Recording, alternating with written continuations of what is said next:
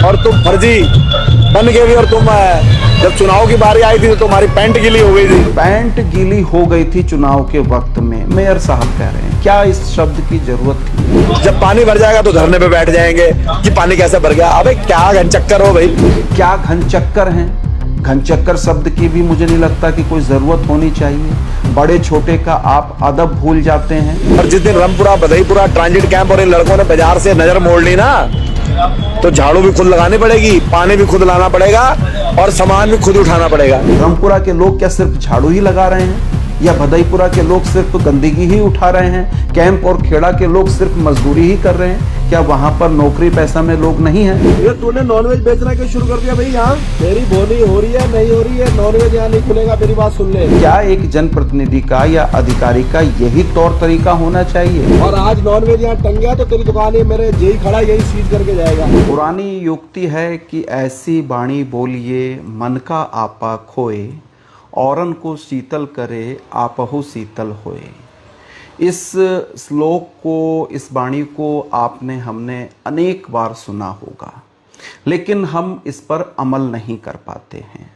और बात जब जन सामान्य से उठकर नेताओं तक आ जाए तब बहुत ज़्यादा ज़रूरी हो जाता है कि ऐसी युक्तियों पर अमल किया ही जाना चाहिए, क्योंकि जो नेता होते हैं वो समाज का नेतृत्व कर रहे होते हैं और उनकी तमाम क्रियाकलापों का असर हमारे समाज पर पड़ता है। तो मैं जो बात कह रहा हूँ वो बात मैं मेयर साहब के लिए कह रहा हूँ, मेयर विकास शर्मा जी के लिए कह रहा हूँ।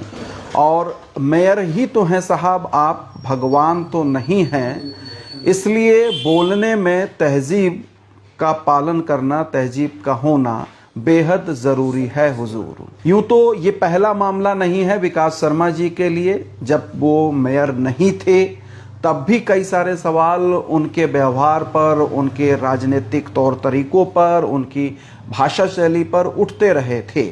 और मेयर बनने के दौरान भी जब वो चुनाव लड़ रहे थे तब भी अनेक बार ऐसी भाषा शैली का इस्तेमाल हुआ, ऐसे शब्दों का इस्तेमाल हुआ जिससे दिक्कत होना लाजमी है।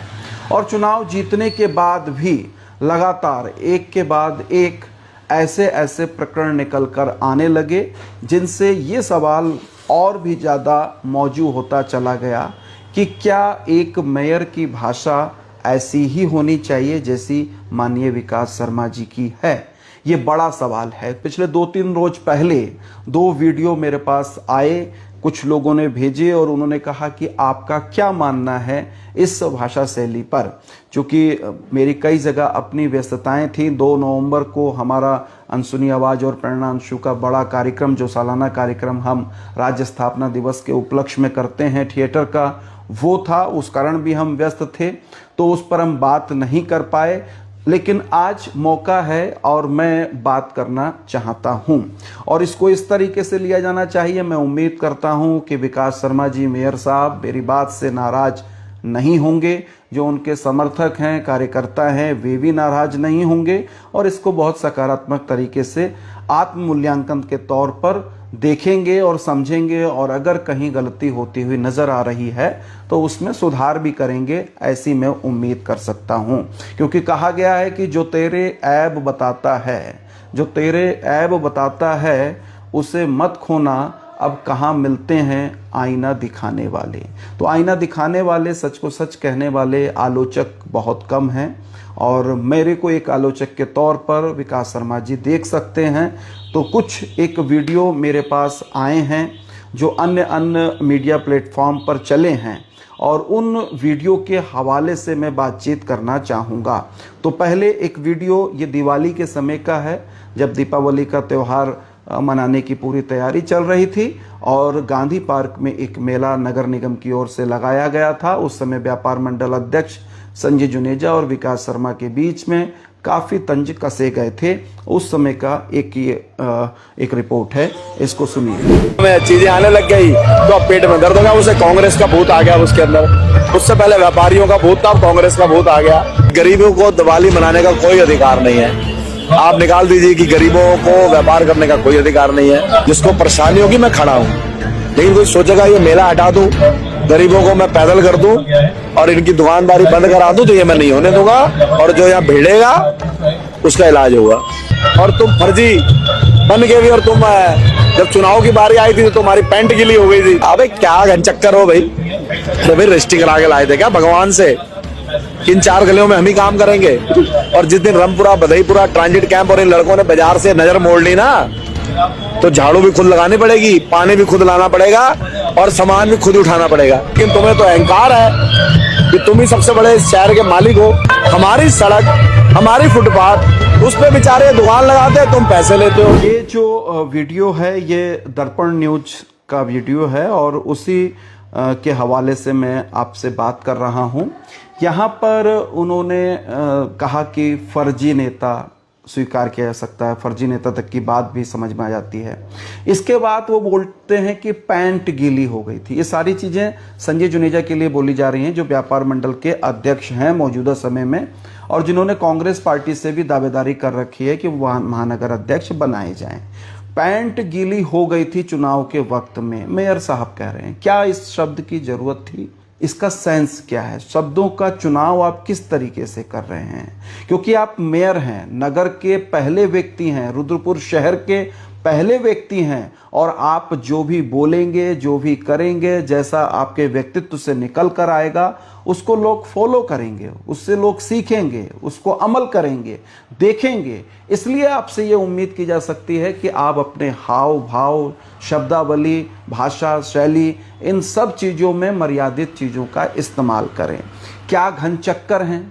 घनचक्कर शब्द की भी मुझे नहीं लगता कि कोई ज़रूरत होनी चाहिए।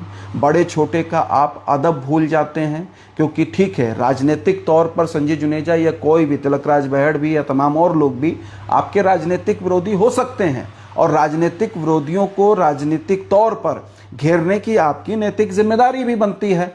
लेकिन उसमें अपशब्द कहना, छोटे बड़े का लिहाज भूल जाना, तहजीब भूल जाना, अवे तवे की भाषा का इस्तेमाल करना, गलत शब्दों का चयन करना, ये माननीय मेयर साहब आपके व्यक्तित्व को, आपके कद को, आपकी कुर्सी को शोभा नहीं देते हैं। आपने कहा कि रामपुरा से, बधईपुरा से, खेड़ा से, इन बस्तियों से लोग आना बंद हो जाएंगे, काम करने वाले लोग आना बंद हो जाएंगे बाजार के अंदर, तो आपको झाड़ू और गंदगी भी खुद उठानी पड़ेगी, झाड़ू खुद लगानी पड़ेगी, गंदगी खुद उठानी पड़ेगी। तो क्या रामपुरा में, बधईपुरा में, ट्रांजिट कैंप में, खेड़ा में और तमाम सारी कॉलोनियों में रुद्रपुर के रहने वाले लोग वो सिर्फ झाड़ू के काम से जाने जाएंगे, गंदगी उठाने वालों के लोगों के काम से जाने जाएंगे? बस्ती के जो लोग हैं, जो मेहनतकश लोग हैं, निश्चित तौर पर वो मेहनतकश लोग किसी भी शहर को सुधारने का काम करते हैं, चमकाने का काम करते हैं। तो उन बस्तियों में रहने वाले लोगों का मजाक आप इस तरीके से उड़ाएंगे कि अगर वो लोग आना बंद कर दें तो आप झाड़ू नहीं लगा पाएंगे? रामपुरा के लोग क्या सिर्फ झाड़ू ही लगा रहे हैं, या बधईपुरा के लोग सिर्फ गंदगी ही उठा रहे हैं? कैंप और खेड़ा के लोग सिर्फ मजदूरी ही कर रहे हैं? क्या वहां पर नौकरी पैसा में लोग नहीं हैं? सरकारी नौकरियों में लोग काम नहीं कर रहे हैं? क्या वहां पर पैसे वाले लोग नहीं हैं, धन्ना सेठ लोग नहीं हैं, सोचने समझने पढ़ने लिखने वाले पत्रकार साहित्यकार लोग नहीं हैं क्या? या जो छोटी बस्तियां हैं, जो मलिन बस्तियां हैं, वो सिर्फ मेहनत करने के लिए बनी है और आप उनका मखौल इस तरीके से उड़ाइए? जब वेंडिंग जोन में आप जाते हैं तो किस तरीके की आपकी शब्दावली रहती है, इस पर भी गौर करना जरूरी है। हेलो, ये तूने नॉनवेज बेचना क्यों शुरू कर दिया भाई? यहाँ तेरी बोनी हो रही है, नहीं हो रही है, नॉनवेज यहाँ नहीं खुलेगा, मेरी बात सुन ले। और आज नॉनवेज यहाँ टंग गया तो तेरी दुकान ही मेरे जेई खड़ा यही सीज करके जाएगा। तेरे नॉनवेज के लिए हमने दुकान नहीं दी भाई, यहाँ पर माहौल खराब मत कर तू यहाँ का। और यहाँ नॉनवेज टंगा हुआ मुझे नहीं मिलना चाहिए, ध्यान रखियो। पकड़ इसको, तुलाराम, इसका नाम नोट कर। एक दुकान लगाने वाला, हम मान सकते हैं कि उससे गलती हुई होगी, ऐसी जगह पे उसने नॉनवेज लगा दिया होगा जहां पर अलाउ नहीं होगा, अनुमति नहीं होगी। लेकिन क्या एक जनप्रतिनिधि का या अधिकारी का यही तौर तरीका होना चाहिए? तू हैंड फ्री कर, आप आक्रोश देखिए, भाव भंगिमाएं देखिए, समझ सकते हैं कि किस तरीके के एग्रेशन में आप बोल रहे हैं और क्या आप पेश करना चाहते हैं। और तू तड़ाके की जो लैंग्वेज है, फर्ज कीजिए कि आपके और हमारे सबके घर में बच्चे हैं, क्या हम अपने बच्चों से भी, जो छोटे हैं हमसे उम्र में बहुत ज़्यादा छोटे हैं, कभी उनसे भी तू तड़ाके से हम बोलते हैं? आप खुद बताइए। आखिर विकास शर्मा जी को ये राइट किसने दे दिया, किसने अधिकार दे दिया? आप भगवान नहीं हैं साहब, आप मेयर साहब जरूर हैं, और वो भी सिर्फ 5 साल के लिए, क्योंकि सत्ताएं आती रहती हैं, जाती रहती हैं, जनप्रतिनिधित्व बदलता रहता है। आप 5 साल के लिए मालिक हो सकते हैं, लेकिन आप भगवान नहीं हैं कि आपके जो मन में आएगा वो आप बोलेंगे और लोग सुनेंगे, कुछ दिन सुनेंगे। 10 महीने का सफ़र हो गया, एक नहीं 20 बार ऐसे एपिसोड्स निकल कर आ गए हैं जो विकास शर्मा के व्यवहार पर उंगली खड़ी करते हैं, उनकी भाषा शैली, शब्दावली पर सवाल खड़े करते हैं। अवे तवे की लैंग्वेज कौन बर्दाश्त कर सकता है, आप मुझे बताइए। और वो सिर्फ जो व्यक्ति था, जो व्यापारी था, उसी को तू तड़ाक कर रहे हैं ऐसा नहीं है, वो जेई से भी कर रहे हैं। जेई खड़ा है ना। जो प्रशासनिक अधिकारी है, अधिकारी छोटा हो या बड़ा हो, वो जनप्रतिनिधि से बड़ा नहीं हो सकता। और एक जनप्रतिनिधि को अधिकारी के साथ किस तरीके का व्यवहार करना चाहिए, अगर विकास शर्मा जी आपने नहीं सीखा है तो आपको सीख लेना चाहिए। दूसरी बात, आप भक्ति भाव के फील्ड से आते हैं। भक्ति भाव करने वाले व्यक्ति को तो और शालीन होना चाहिए, और सौम्य होना चाहिए, सभ्य होना चाहिए, मर्यादित होना चाहिए। अगर आप भक्ति, आपके तो पूरे उस पर भी सवाल खड़े हो रहे हैं कि किस किस्म की आप भक्ति भाव करते होंगे कि आप इस तरीके की लैंग्वेज इस्तेमाल कर रहे हैं। और फिर जो वयोवृद्ध नेता हैं, 70 साल जिनकी उम्र हो गई, तिलकराज बेहड़ किच्छा के विधायक हैं, कैबिनेट मंत्री रह चुके हैं, आप उनको भी अपशब्द कहने से नहीं चूकते हैं। आप अपनी पार्टी के नेताओं से को भी अपशब्द और अमर्यादित शब्दों का इस्तेमाल करने से नहीं चूकते हैं। आप अहंकार में हमेशा भरे रहते हैं। हो सकता है सीएम साहब का आपके पास सीधा हाथ हो, आप बड़े नेता हों, आप इससे भी आगे निकलें, ये हम सबकी शुभकामनाएं हो सकती हैं। लेकिन जिस तरीके का आचार व्यवहार और आपका ये जो कैनवस, ये जो पूरा व्यक्तित्व तैयार हो रहा है, ये कोई भविष्य के लिए अच्छा संकेत नहीं है। रुद्रपुर शहर के लिए भी कोई अच्छी परिपाटी नहीं है। आपके पास सरकारी महकमा है, निगम है, अगर किसी दुकानदार ने गलत किया है आप नोटिस दीजिए ना। आप क्यों हैंड टू माउथ इस तरीके से धमकाने का काम कर रहे हैं, गैरकानूनी काम कर रहे हैं? बिल्कुल गैरकानूनी काम है। मेयर को ये राइट नहीं है कि वो इस तरीके से तू तड़ाके करने शुरू कर दे। आपके पास लीगल चीजें हैं, सरकारी महकमा है पूरा, जो जिम्मेदार अधिकारी हैं उनको बोलिए कि वो नोटिस दें कुछ गलत हुआ है तो। लेकिन आप वो नहीं करते हैं, क्योंकि आपको झूठी वाहवाही चाहिए, आपको लोग देखें, लोगों के बीच में आपका अपना एक क्रेज बने।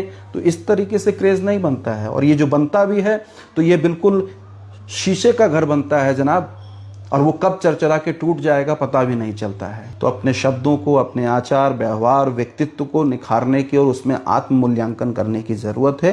बेशक लोग आज कुछ नहीं कह रहे हैं, लोग सुन लेंगे, लेकिन लोग नोटिस कर रहे हैं। बाजार में ये चर्चा आम है कि जितनी कम समय में, अभी 10 महीने का वक्त आपको हुआ है, और इस 10 महीने में आप जो है लोगों की नज़र से उतर चुके हैं। जितने दर्शक मुझको देख रहे हैं, अगर मैं गलत हूं तो मेरी आलोचना आप कर सकते हैं, मैं सही हूं कमेंट कीजिए, शेयर कीजिए।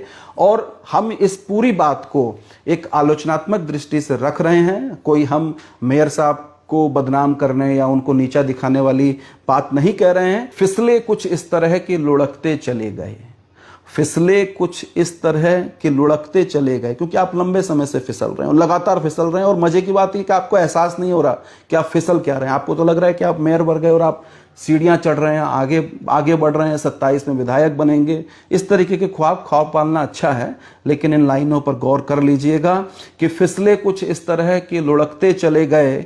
हमको क्या पता था कि इतनी ढलान है, और जब उस गहरे ढलान में, गहरे गड्ढे में आदमी पहुंच जाता है, वहां से उबरना, निकलना बहुत मुश्किल होता है। आत्म मूल्यांकन, आत्म मंथन करने की मेयर साहब आपको ज़रूरत है। मैं उम्मीद करता हूं कि इस तरीके की अवे तवे वाली भाषाएं और इस तरीके के जो आरोप आपने, मतलब राजनीतिक तौर पर आप घेरिए, किसी भी नेता को घेर सकते हैं, वो आपका राइट है, लेकिन उम्र का, तहजीब का और अपने व्यवहार का ख्याल करते हुए आप आगे से व्यवहार करेंगे, ऐसी मैं उम्मीद कर सकता हूं। नमस्कार। अनसुनी आवाज़ के फेसबुक पेज को फॉलो कीजिए, आप हमको यूट्यूब पर भी जरूर सब्सक्राइब कीजिए। बहुत शुक्रिया, धन्यवाद।